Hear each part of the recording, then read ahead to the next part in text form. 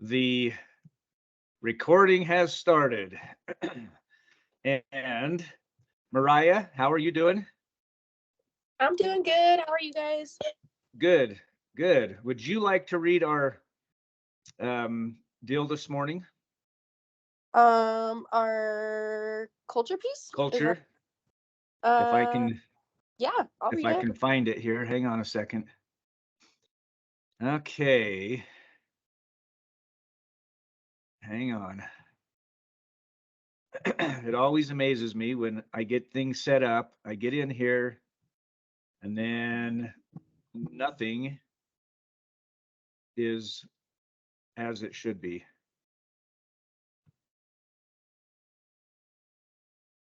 Let's see.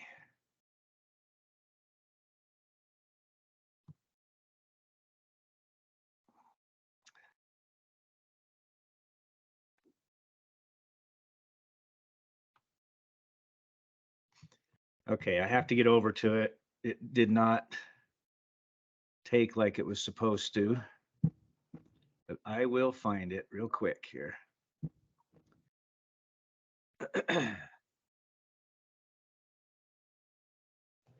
Okay, can you see that one? Yeah. Um, okay, let's see. We are ambitious, self-motivated, self-accountable, and self-managed. We strive to achieve the common goal and do what is necessary to make it happen. We empower our people. We don't wait to be told. We see, we evaluate, we do. Good, good, good. Thank you for doing that. So I love the one really when it says we empower our people. I always think that's a good one for us to be aware of. So yeah, I think it's important that we allow people um, to really have that ability to make decisions and make choices, and you don't have to wait to be told, and we're not babysitting or hand holding or all that kind of stuff. So it's great when we can do that, and I think that's really important. So well, thank you, Mariah, for doing that, and welcome everybody to the call. We have a few people that are out, so they'll get to couple on vacation. They'll get to watch later. This today is about chapter 22 in It's the Manager, and it's discussing pay and promotion. And I couldn't have thought of any two people to better discuss that than Kyle, who's our HR director, and knows all about that, and Joe, who loves to make money, so he'll talk about pay as well. Now, both of them have teams, and when we discuss these things, we actually put them on the list a long time ago. So I'm excited to hear what they have to say about this topic and about chapter 22. So I'll turn it over to you guys to kind of dig into the information. So all yours. Okay. Excited to Well, be here, guys. awesome. Likewise. Um, well, to begin, the chapter starts out with a couple bullet points. And pay and promotion must be grounded in bullet point number 1, a plan for development and fair performance evaluation. We're going to talk a little bit about those things and why those things are important. I'm going to stick to the book, but I'm also going to bring in some other things on this subject that the book's got some good information, but there's a lot on this subject. So if we don't have a fair system for development or pay or performance, if things are kind of willy-nilly, arbitrary, what are perhaps some of the consequences of not having a fair system? Any thoughts on that? I'll give one word: mutiny. that Joe, you got your hand up. yeah. Take it away. I didn't mean to, I'm one of the presenters. I still raised my hand, so I'm just playing by the rules of the game, guys. So no. It's good. I can't think of another reason. I think that we read somewhere that good pay is if someone is satisfied and happy and engaged, it takes 20% more money to get them to move. And yet if they're not, compensation, it's like people will move for very little, right? And I just thought that was kind of an interesting thing. But your question is what are the results if we don't get this stuff right? I think that we've all seen this in the branches and in our recruiting. You get people's pay wrong and life stops until that's fixed. And rightfully so. And so getting people's pay right is so crucial to employee satisfaction, to just everything that it touches. And so Carrie is exactly right. How many times have we made a mistake, or not even us if we've made a mistake, if the bake makes a mistake, that, some of our folks that we helped with employment are just up in arms, and mutiny is probably the closest, most accurate term to it. And sadly, rightfully so. But just some of my thoughts on that. Yeah. And first of all, pay is an expectation. We get it on a set interval pretty much. And anytime we mess with expectations, demotivation is the result immediately. It's not that pay motivates so much. I think that's what you're getting at, Joe, with your comments. Like I said, it might take 20% more just to get someone to think, well, okay. Yeah. But likely if there's good culture and there's good other things in place in the company, people won't consider a move for pay unless they see all the other items as well. Now pay can be a motivator. If you're paid too little and it's not putting food on the table and a need is not being met, then increase in pay can be a motivator. You just got to recognize that it's not just one thing. It can be a motivator. But after a need is met, additional pay won't lead to additional motivation. Some believe it might even lead to demotivation, and that's a possibility if people are motivated by their work and their own self-determination. That's self-determination theory, and some in Hertzberg theory, I think, might touch on that as well.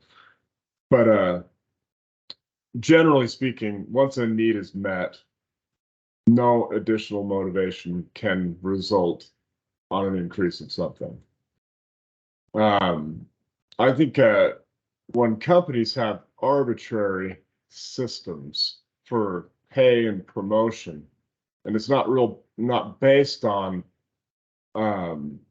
business cases and whatnot, and this is said in the chapter, pay and promotion have no clear business or career context. Those type of things can become carrots that lead to dysfunctional behavior, such as political maneuvering and for higher pay and status. And so when things are arbitrary, they can be dangerous for the organization. And I think we just have to be careful that we have a good and fair system in place for pay and promotion. It should be on relevant business items. What is merit pay? What is it? Merit. Ashley's got her hand up. Ashley. Merit pay is pay that you earn based on like your actual work that you put in. So bonuses or commission, that sort of thing, right? Yep.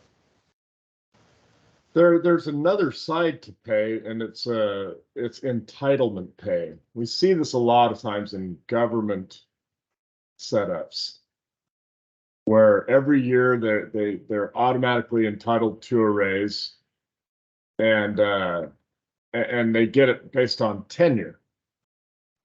Are these things good ideas or not?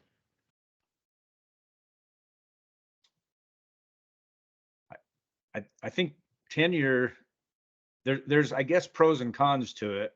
I think Mhm. the biggest downside or fault to it would be that because you have tenure or things like that, you have a tendency to maybe slide, and that nothing's going to happen to you. You can do whatever you kind of want because now you have tenure and they can't do anything to you. I think that's just not a good model. So obviously the government does that a lot, and you get into the school system or many things like that, and there's a lot of stuff with tenure that I just think is a huge mistake. So Yeah. Yeah, I think the entitlement mindset, it can lead to the dangers of similar to an arbitrary pay and promotion system. Shane, any thoughts? Maria was actually in front of me. yeah, Let Maria's Maria got go. Maria Maria, go first, and ahead. then Shane.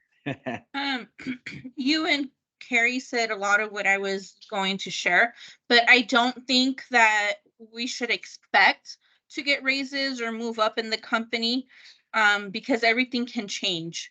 A good example is like Rocky Mountain Pies, is that every end of year they get raises. So all the employees are expecting that 25, 50-cent raise, but it's not based on their work. So they could be the laziest person, and then you could have the person who works a lot, and everyone is getting a raise. So it doesn't make a company work properly, in my opinion. You bring up a good point there. Whether or not you're lazy or a hard worker, and if everyone gets the prize, so to speak, what effects might that have on the organization? Go ahead, Shane. Yeah, you had a comment first. So, my wife's company, every year they do a raise, and they call it, they do it for two different things. They do a general cost of living increase, which obviously our cost of living has doubled in the last 2 years, right? And so there are a lot of companies that are not keeping up with that. And obviously, this is something that we talk about with clients all the time in sales. That's part of our job, is to get them on track and help them to not be the highest paying company, but to be average, right? You don't want to be the lowest paying company. But what it comes down to is, for my wife, right, is this general cost of living increase that's usually 2% that she can kind of expect every year. And then on top of there's a merit increase based upon hitting milestones. So really kind of what Maria's talking about, Kyle, what you're talking about is, if you just give raises just to give raises, are you going to see any more out of people? Are you going to see better performance? Are you going to see them go above and beyond? Or is it just kind of their entitlement factor of everyone gets a trophy, and that's just how it goes? Are we really creating that better environment? Yeah. I think another thing that you see is your top performers get demotivated while your bottom performers are, yippee, I got a raise. And that is very dangerous in the behavior of the organization. So when things are unfair and arbitrary, you are hurting your top performers. Very dangerous to performance. And so I think that's something to really consider. I've always liked Ted's mow the lawns analogy. It's very simple and very easy to understand. If you want to make more money, you got to mow more lawns. And those that are mowing more lawn should be getting more money, right? That's and if everyone gets paid the same regardless of lawn mowed, well, then I think the ones that are mowing more lawn are going to start mowing less lawn like everybody else. right? That just becomes a pain point in your top performers. Go ahead, Shane. You know, being in sales forever and running sales people and sales teams for a long time, you know, I've always had this practice of when sales reps come to me and say, Shane, I need a raise. Great, go close some deals. Give yourself a raise. You have unlimited potential, right? We have an uncapped commission that you can go out and you can give yourself whatever raise that you want. So depending on the position that you're in, you know, a general salesperson, really their salary, their base salary is just to keep them going. Their true revenue and their true you know, money should come from commission. But that's what we chose, right? That's different in operations, that's different in different positions, but in sales, that rings true. Yes. Go ahead, Joe. All right, I'm gonna jump off and riff here a little bit with you, Kyle, on our discussion here. Who here, and I'm gonna ask each one of you guys, we're gonna play a game, right? Use your raised hand thing, okay? Extra points awarded if you're number one. So, sorry, I'm already number one. Oh, dang it, I unclicked it. All right, so here's the game we're gonna play for just a quick second.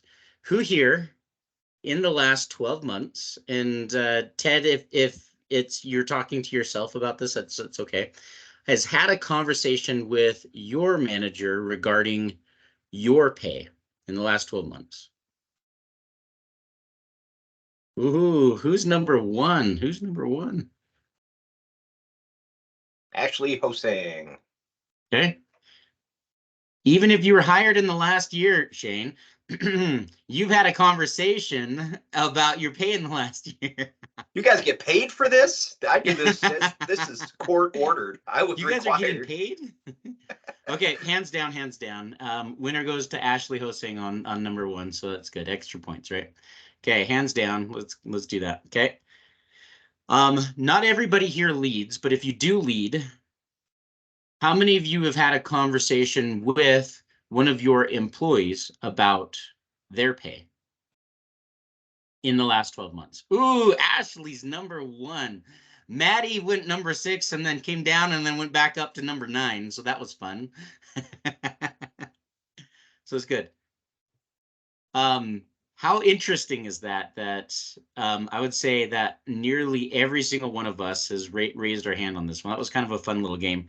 And so we're going to need to talk a little bit about, yes, there's a lot of theory. Not only that, maybe we could ask one last one for this, okay? Who has had a conversation with a client, not just a line manager, but someone above a line manager about compensation regarding the pay for your employees? Ooh, Maria wanted to be number one really fast, so that was good. Okay.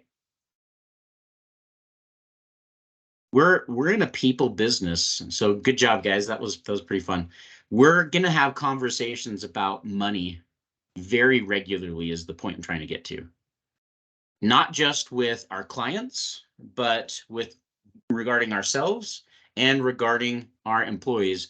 And the idea and the mindset we want to get us to is how do we, through this conversation and this discussion, tactfully have that conversation with every single one of our people, and it be something that's not scary, something that's not, worrisome, something that's not a big deal. In fact, it's something that is just fine for people to bring up. And that's the idea that we want to get to in this training is how do we get ourselves trained to that level where we can easily have conversations with our people about pay. And reading the book today was a lot about some of the theory behind, about the pay. We have our own internal people principles, which I'd like to get into. I'd also, I think that Kyle mentioned it too in some of his things. But who here can tell us? It's the first line in that document. If you want to go look it up, it's good. But what's the purpose of compensation? I'll take any hand raised. And if you aren't sure, you can raise to read if that's okay. Okay, Ted can. All right. Ted, You wrote it, so you might as well be able to say it. What is the first line? It says Let's hope I'm the right. purpose 'cause of I didn't- compensation. Let's hope you're It's- right. I'm going to share it in a It's second. to here, get so. people on the bus, but it's not to try to get any performance or any kind of results out of them. It's just to get them to join us. There you go. So the primary purpose of compensation is to make sure that we attract and retain the right people, not to motivate the wrong people. Who wants to finish that? Right people are Self-motivated, Self-motivated, self-disciplined, and core embrace our values. core values. like we almost got like the whole crew going on this one. Kyle, I hope I'm not stepping on your toes too much, but let's go through this real quick, this document. I know we've gone through it before, but let's do this in the spirit of we need a discussion. I had this on my agenda anyway today, so we're fine. It's perfect. Sounds good. Who would be willing to read number 2? And Kyle, I'm going to ask you to call on folks because as I'm sharing, I can't see. Ooh, it looks like Carrie volunteered, but go ahead, Kyle. If you can moderate who would read, that would be great. Okay, go ahead, Carrie. All right, number 2, a rigid compensation and raise framework will only frustrate and restrict people. What do you guys think? Why do you think that it would frustrate and restrict people if it's, and we just had one really good example that Maria brought up. Every year, whether you're good or bad, you get your 25-cent raise.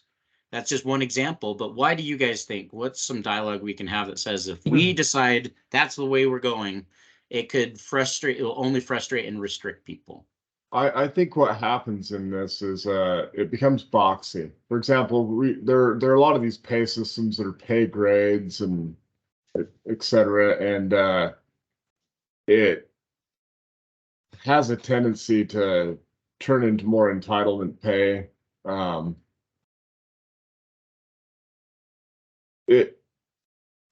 guess with salespeople and people, especially in our industry, if we just had pay grades and you're a level 37 and you have to do this to become a level 38, and that means you get $3,400 more if you're a level 38, that has a tendency to just be very restrictive. It's so rigid, and it may not even be tied to the type of business we're doing too. And so I think part of these compensation systems have to be tied to the type of business we're doing. It has to be relevant to the business. Whereas I think there's a lot of runway for people to get incentive pay. And these other systems, these rigid systems, just have a tendency to be a governor on people and performance. So it's an interesting thing that you say. So if that's true, what do I do? Right? And let's keep going and say it's like, all right, so if we're going to say that we're going to have rigid ones, it could, frustrate and restrict people. So what's a good example of how we can operate in a non-restricted and that wouldn't frustrate people? So let's keep reading. And then that's one of the things that we should be thinking about is how can we now implement non-restricting, but not frustrating people as well. So let's keep reading and talk about that. Who wants to read number 3? Maria's got her hand up. Maria, go for it, Maria.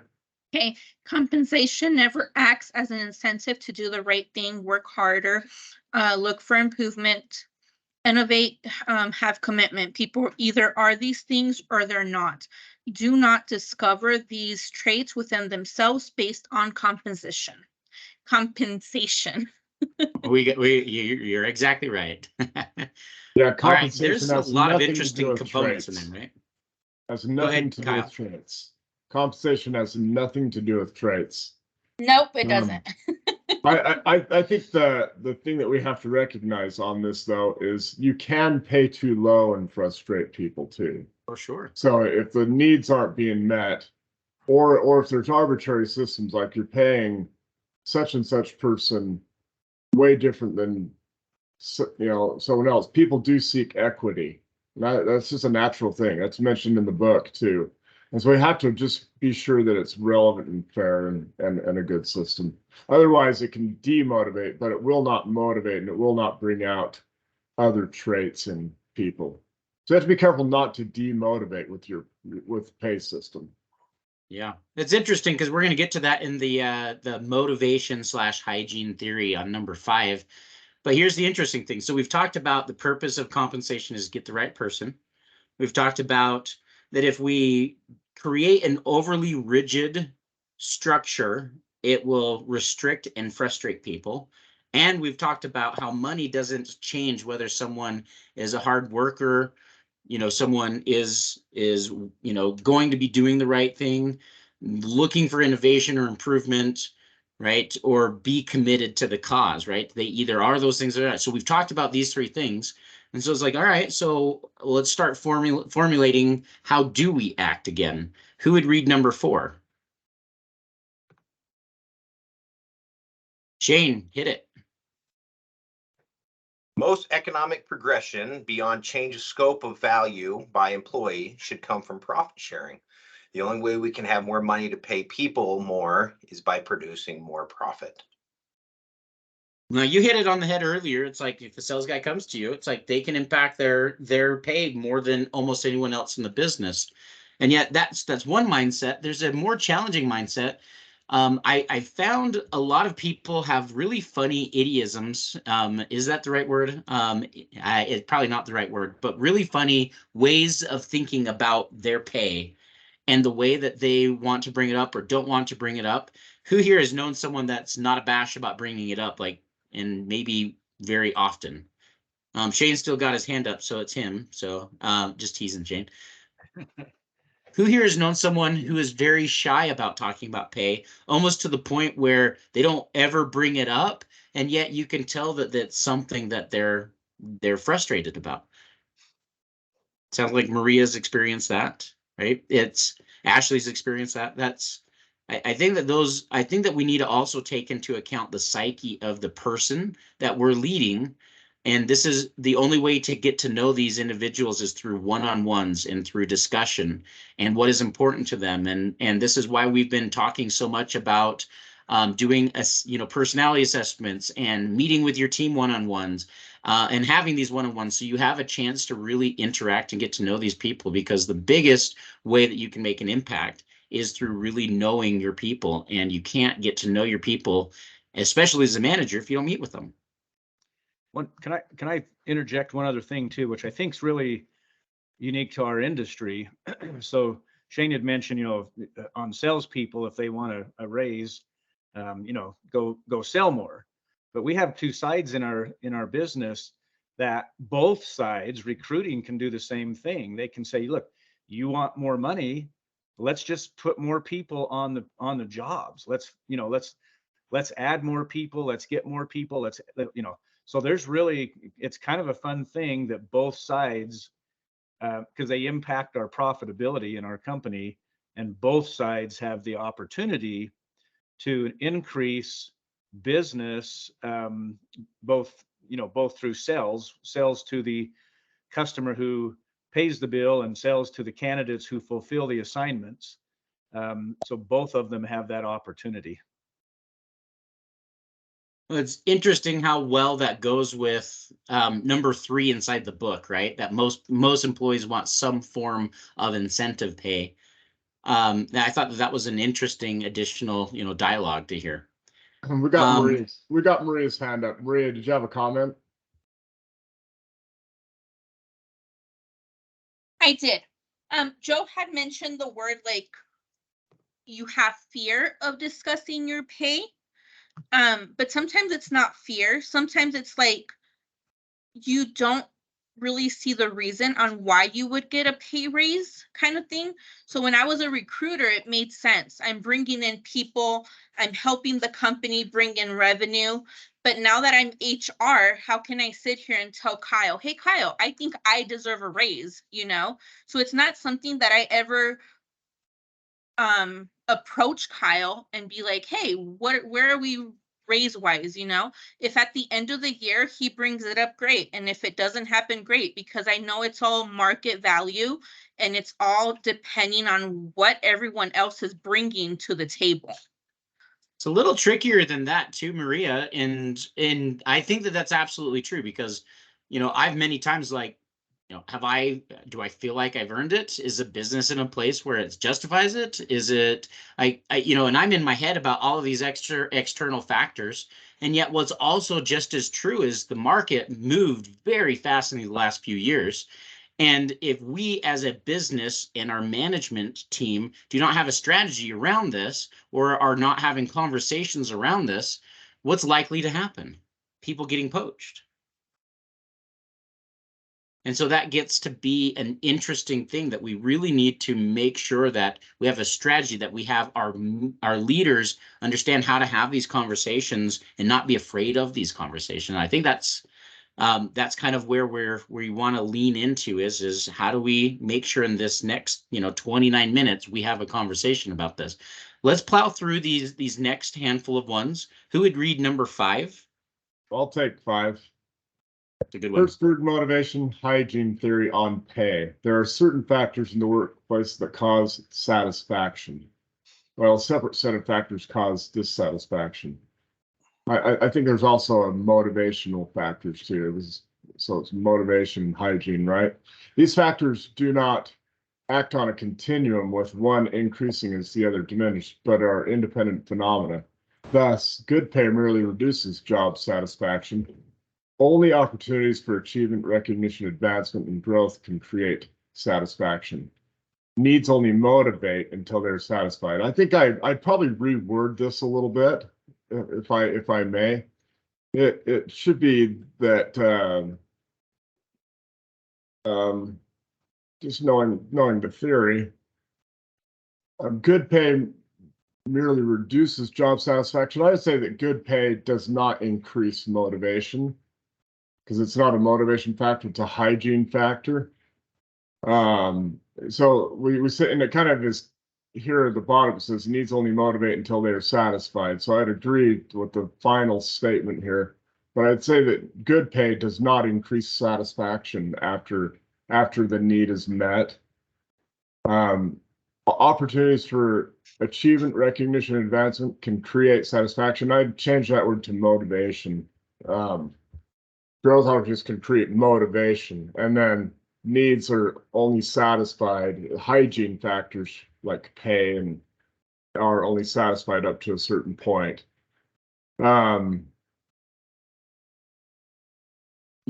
I think that's true. When people make a certain amount and they get a 10% raise or whatever, it's not going to change performance. It's not going to change who they are. It's kind of mentioned in one of the ones before, because they're generally satisfied. I think an interesting thing in the book, it talks about incentive pay. There's another theory on this. It's outside the Hertzberg theory called McClelland theory, which incentive pay is a form of recognition too, and can create motivation. But when it's done in a form of incentive and it's tied to business factors,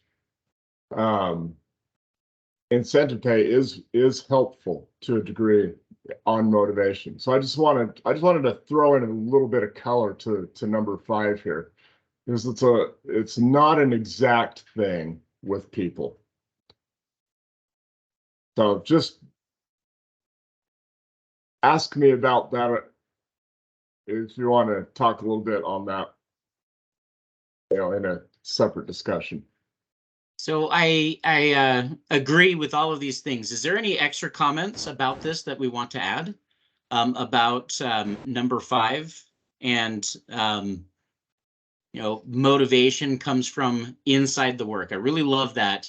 True motivation comes from loving what it is that you do. Yes. Shane, go ahead. We're in the staffing world, and our job is to talk to clients all day. Our job is to motivate clients, get clients excited, so it makes sense. So those clients that you create good relationships with will try and recruit you themselves. How many of us have lost a really good teammate to a client because that they did such a good job that client's like, we're hiring you, we want you, you're absolutely amazing, right? So that individual went and sold themselves. Let's do a really good example. Haley, who's coming onto the company, really good friend of mine. She was my branch manager at Premier. I brought in a new customer and introduced her as the client lead to that customer. 3 months later, she went to work for them. And a year later, she actually got married to one of the executives in the company. But I thought it was the coolest thing in the world, right? She came to me and she asked me, and I looked at it with her, and it was a better opportunity for what she could go to. It was absolutely awesome. But now she's coming back, right? She's coming back into the staffing world and coming back to work with us. But it's just what I'm getting at is, it's okay to be getting offers from clients, right? You're doing a good job. You know that you're doing what you should be doing. If customers and if other competitors are reaching out, because that means your name's out there, that means you're very visible. And that's not a bad thing, but it's up to us as leaders to work hard to keep our employees so they don't move over. Great extra comments, Shane. Thank you. I was gonna add one that Ivan had.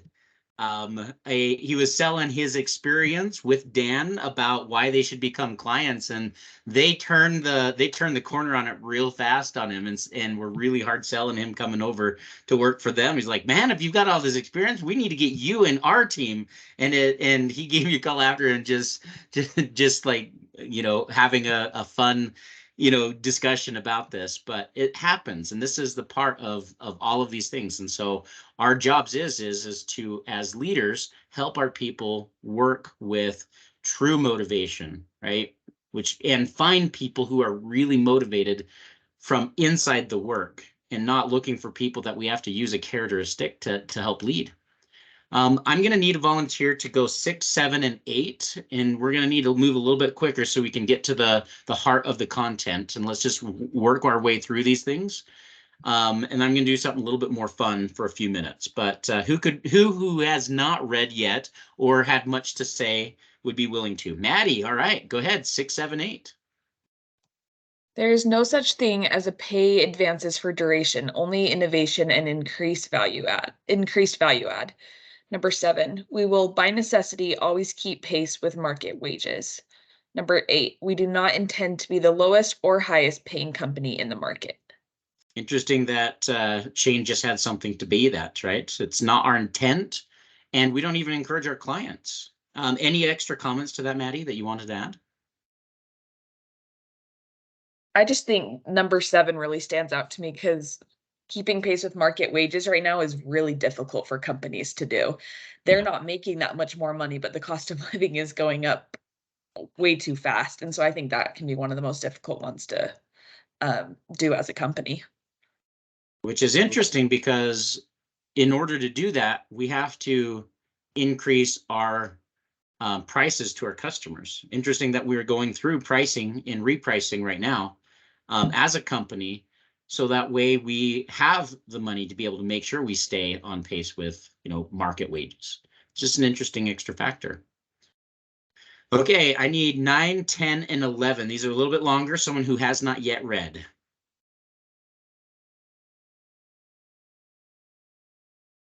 We will call on someone. All right, Kyle, call on someone. I didn't get a volunteer.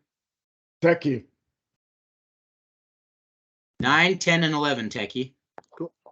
There are no automatic annual pay increases of cost of living increases, only adjustments to match market wage conditions as needed.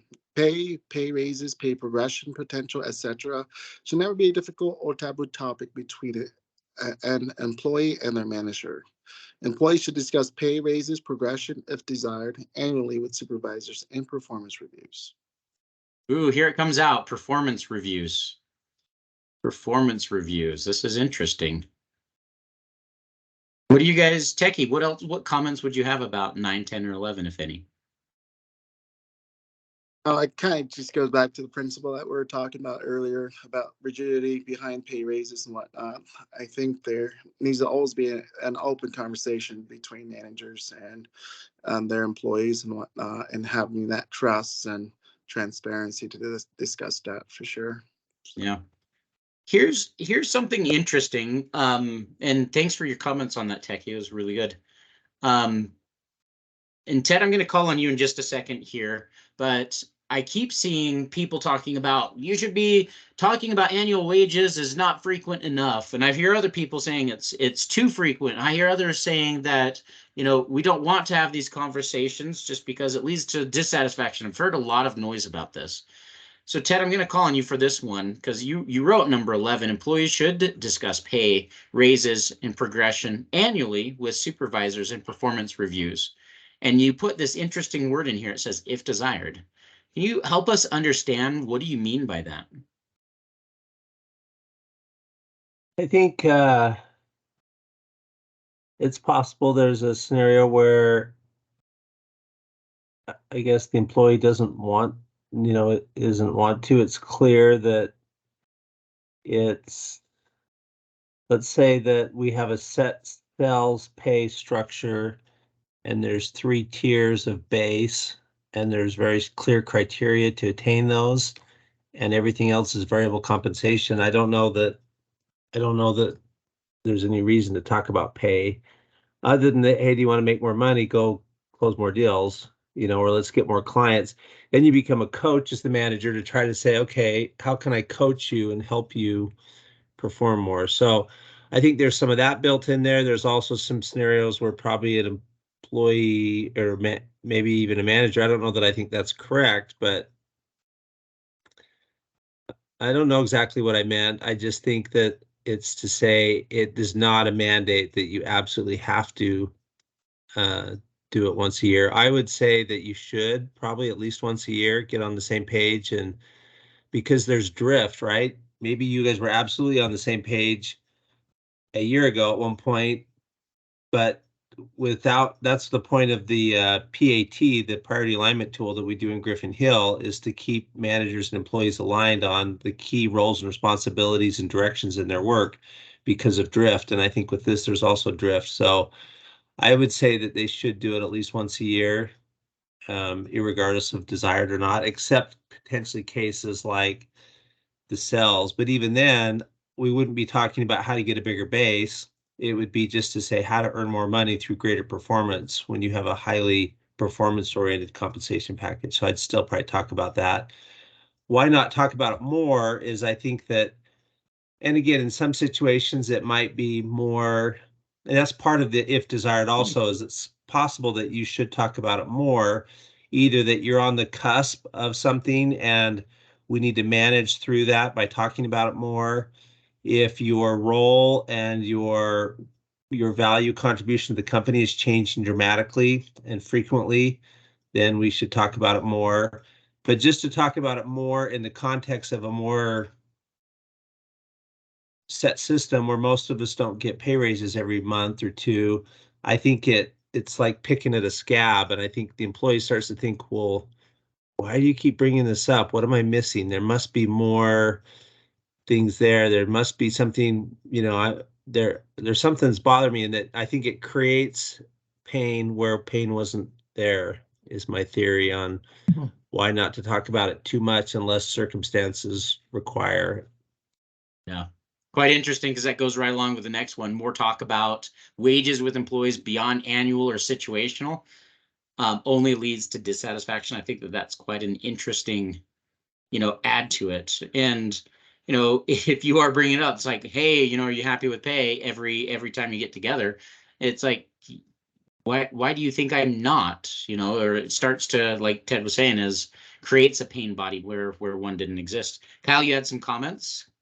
Yeah, it just goes back to when it's satisfied, it's satisfied. And we should be having more discussions about performance and motivation things. The best employees are intrinsically motivated. They're motivated by their work. They're motivated by their competency. They're motivated by the things they're doing, right? And so the discussion should be more about that. Pay can just be a little bit of it can get yucky if that's all that we're talking about. It's not the increased motivator. And I think also you get away from business objectives if you're just talking about pay and you're not tying it to business. Is it just me, or did Kyle I think we Okay. lost him. Yeah. He froze. Okay. And he may come back talking. We'll just kind of work through that. Ted, would you mind just reading? We just did 12. Would you mind reading 13? The key to a successful attitude about compensation, pay increases, etc., is for an employee lies with their manager and how they handle the matter. 14 is- also, or just 13? No, just that one is good. Because I think the rest of them we're gonna run out of time if we strictly just read through them in the way that we're doing right now. And so I'm gonna just say it lies with the managers. That's you guys. And so let's have some open dialogue right now about what are some good examples of ways that we can talk through compensation with our people. Does anyone have an idea on ways that we can have this conversation successfully? And Ashley Labrum, you're my favorite person to call on. And so I'm gonna lean on you for just a second. I know like 13 things went through your mind just now, just in the way that we've talked about stuff like this before. But would you mind sharing some of just basic ideas on ways that we can have conversations with each and every one of our employees regarding their pay and compensation? So in my experience, it's important to approach these conversations with like empathy and vulnerability. Try to figure out if you are offering the wage increase, then make sure you set out the expectations. And then if they are looking for a wage increase and you're on the receiving end of the conversation, make sure you hear them out and challenge them to give you examples of what would make sure that we are meeting and making the increase based on their performance and their added value, and not just because you don't want to have an awkward conversation about pay. Yeah. Ashley, would you also read 17? And then Carrie, go. Yeah. The key to a successful pay and raise system throughout the company lies with the managers and supervisors. We need to train our managers. Here we are. Oh, this is fun. All right. Carrie, go for it.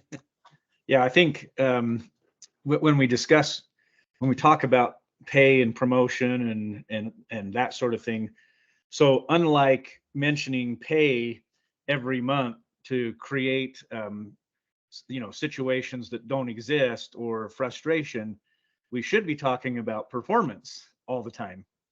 So if there's an expectation at the end of the year, if we lay that out, as Ashley just mentioned, we're going to talk about pay at the end of the year or whatever time of the year it is. But all during the year, you have to allow people to discuss performance so that they can have an opportunity to make shifts and changes so that they can earn that compensation adjustment. And too many times we wait till the end of the year, for a performance review, and we say, you just didn't cut it this year, but they have no chance to do anything to make that up. So we have to have these discussions. If you're a great manager, as we've been going through this year, and you know your people really well, these are going to be much easier discussions, and you're going to be able to do, like we talked about last week, about tough love. And you'll just need to know your people better. And I think that's part of the problem, is too many managers don't know their people well enough to be able to have these types of discussions that work out. So, yeah, great addition. Kyle, we'll get to you in just one quick second. I'm going to add, Sure. This is why what Carrie said is the key to this, right? And we're about to go into, Belinda's asked if it would be possible for us to do a couple weeks specifically on coaching, training, and leading by KPIs. And here's what Carrie said is the way I see it comes down to is if you have very clear communication about performance and metrics, and to Ted's favorite word, or to our favorite word that half of us struggles to say, specificity. If you really have very clear specificity on what success looks like, what metrics matter, and how we're leading our people based off of those things, that way we're not inflating people's egos to their real contribution. We're actually giving people real, direct, and candidly, we're giving them the tools to understand the value that they're providing to the business, which is core to a great strategy around compensation. And so most of what we need to be thinking about as leaders is how do we make sure we have incentive based discussions regarding KPIs. And is it incentives doesn't necessarily mean monetary, but it's focusing on people understanding what clear and clean success looks like. And I think that that's a good place for us to really remember that that's why we have our one-on-ones and why we need to be leading our teams through KPIs. Kyle, you had some extra comments. And sorry, we kind of lost you during part of your last piece. Sorry, my teams does that to me. It seems like at every meeting. I think it's just important, a transparent system that everybody's clear and understand. That is a very key thing in these things. I thought some interesting points in the books were most employees want some form of incentive pay and making financial well-being a responsibility of the organization by way of clear systems, right? I think one thing that we kind of miss in all this is it's important that a merit-based pay and promotion system can be effective in driving performance and engagement too. It can, if it's implemented carefully, we can, and avoiding biases in it. So it's got to be clear and it's got to be biased. It's got to be real. That can ensure that objectivity and consistency throughout the organization. And we got to regularly communicate the criteria and make sure it's transparent with people. Let's say people work really well when they know what clean and green looks like. That's right. And when that is really clearly set up, there's objective standards to work with. And if you don't have objective standards, you run the danger of biases and just willy-nilly stuff, which can demotivate the entire organization. And I think that's just real key, is to have a transparent, clean system that people can work in. And that also enhances engagement and it enhances motivation, and your top performers will continue to be top performers in that situation, and they won't be demotivated by just unfair, biased behavior in the managers. So yes, it is key that managers are trained in these areas. Really extra fun to think about, some of those things where if we are, I apologize, guys, just lost that train of thought. But Kyle, would you mind calling on someone to read number 20? Someone who hasn't read yet. Let's go with Ashley Hosang. She's still with us?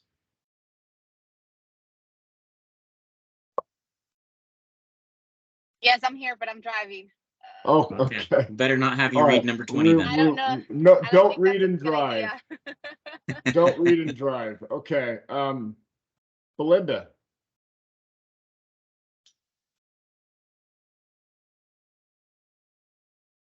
I'm driving too. Sorry. Okay. Well, while you're working on calling someone, that thought just popped back here. This is why what Kyle just said comes down to is don't use force rankings to determine pay or promotion, especially in small groups. I just adding that to it. It comes down to it is that we can reliably rate people is one of the lies that we've learned, and using a force ranking system assumes that there's top, middle, and bottom performers in every team. That's not necessarily exactly the case. It's people are, what we've learned is spiky, right? And people have different strengths that complement each other.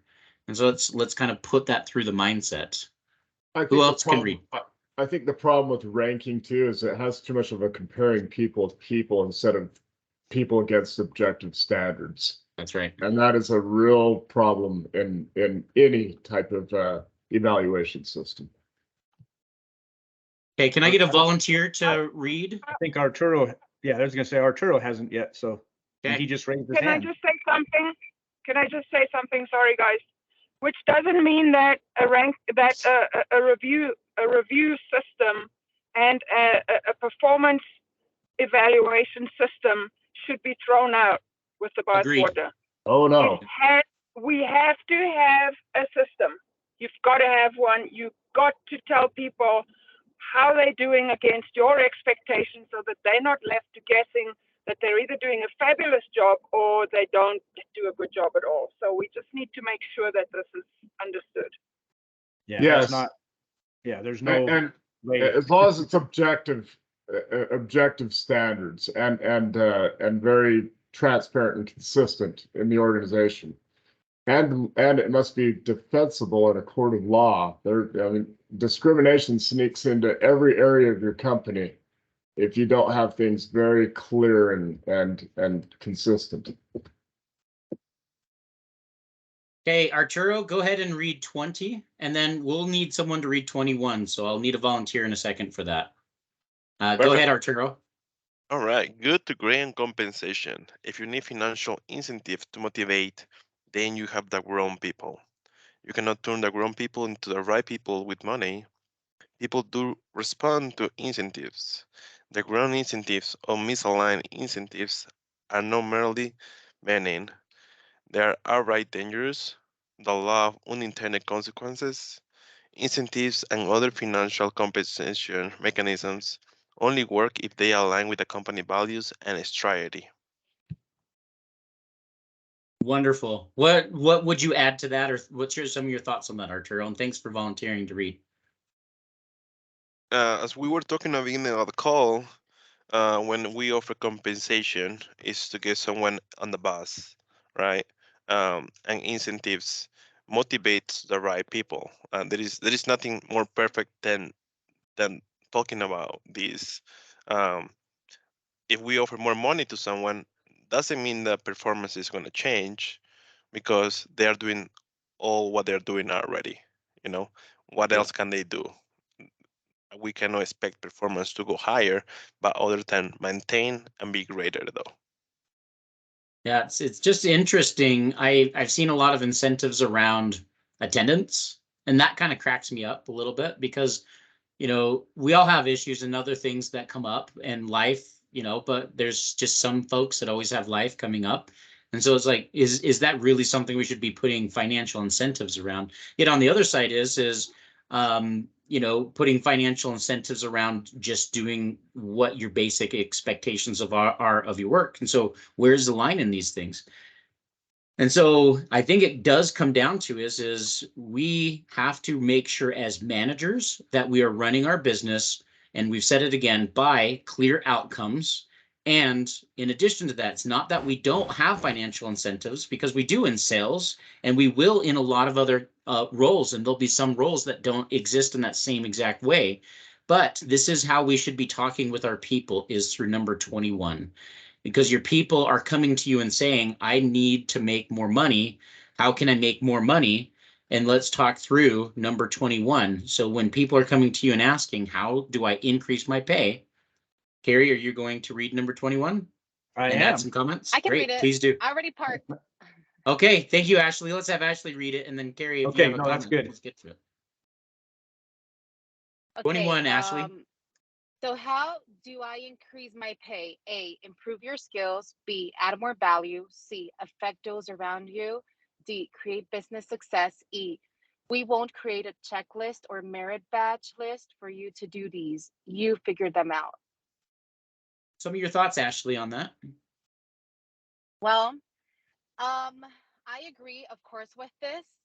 And this is something I always talk about with my team, or, I have talked about it with Belinda too. So if you really want more money, you need a sale. Or as a recruiter, you just need to place more people, get more. That's called orders creating of business those. success, right? Yes, Place or more get people, more creating orders business success. and get more orders of those existing clients. Because of course, if you have more orders, that means that you have more opportunities to place people. So I do agree 100%. And what I like the most is that I make this clear to my team, and my leader makes it clear to me. Kyle, we're at time. And I apologize, this has taken a good chunk of this. I think that this is really tactful things or tactical things that need to be put into place in our conversations. I want to hand it over to you. I do think that we need to have a self-reflection on what did we take away from today that we can implement in our conversations. But Kyle, what would you like to add at this point? Let me ask real quick before we do that. How much is left, and do we just carry this on next week? On any of these things, there's no real rush to. That's right. If there's quite a bit of stuff, we could, or like say, well, there's 20 more minutes, we could do it for 20 minutes next week and then start the KPIs. Or if it's like, no, we got it all, we're good, or no, there's another hour's worth.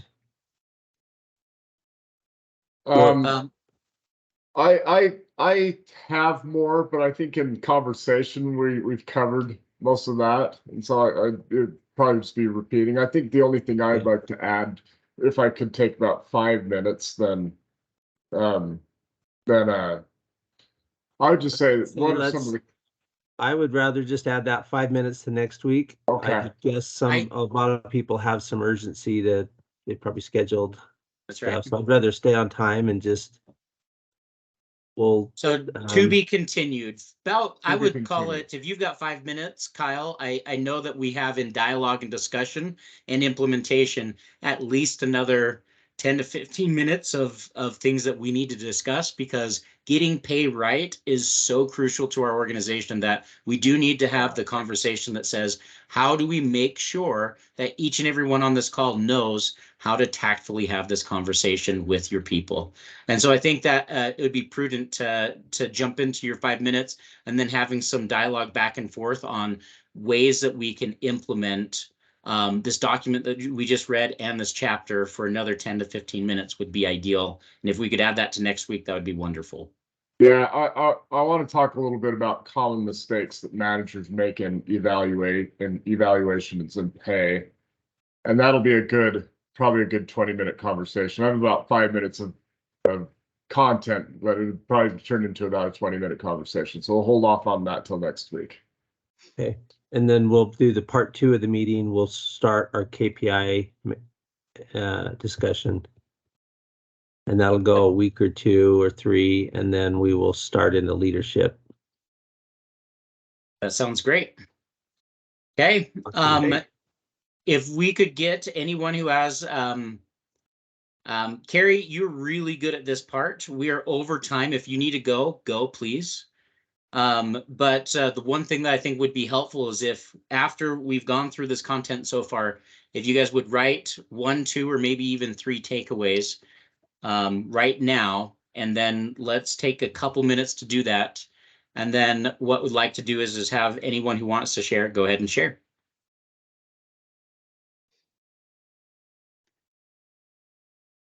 So again, what is 1 or 2 or even 3 takeaways from this training today? Kerry already has his hand up on something he wants to share. Go ahead, Kerry. You took down the paper. Can you put the deal back up?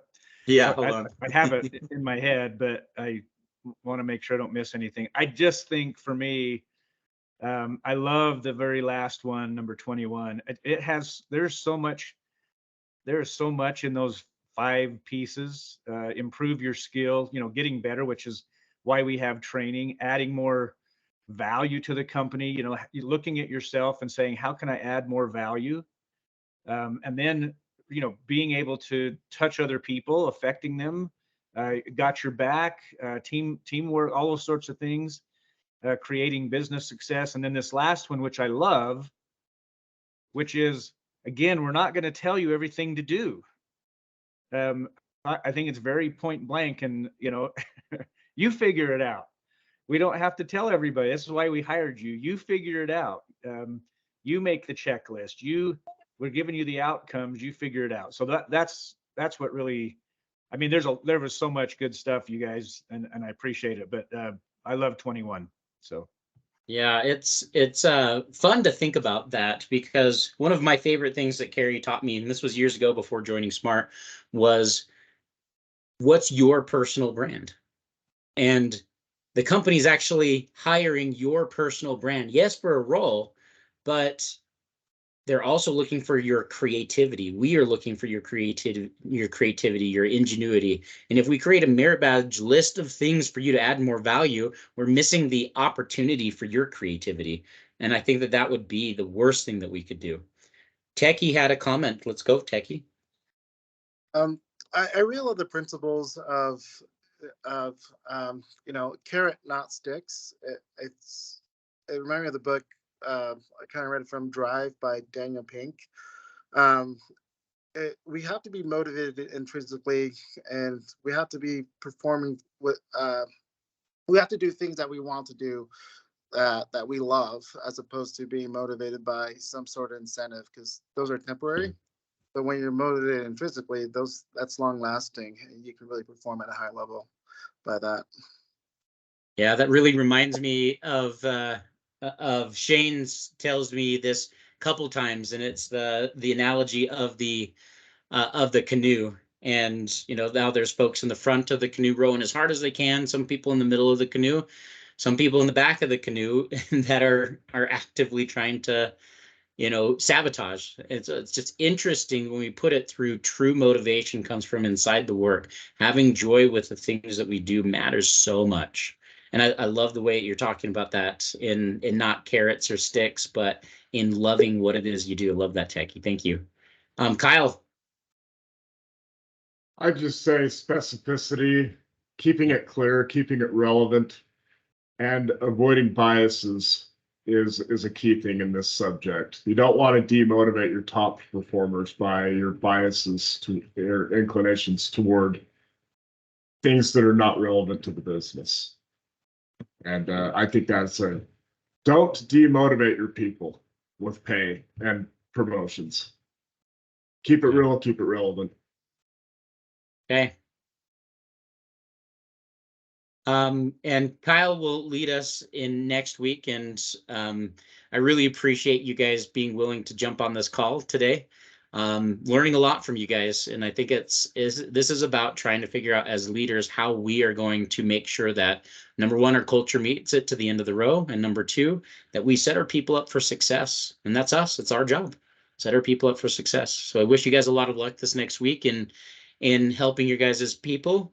And have a wonderful weekend on top of that. Happy Friday. Yeah, just one real quick thing, guys. So Belinda, if you have any thing that we need to be prepared for, can you send it to me so I can get it out to everybody? And maybe she's not on here, we'll have to reach out. But next week we'll delve in. We'll kind of split it up. And we'll have a couple of weeks in the KPI thing. So anyway, that's good. Thanks, you guys. That was really great. And we'll continue on next week and take it from there. So appreciate it. Everybody have a great weekend, and we'll talk to you all next week. Thank you. Bye. Bye.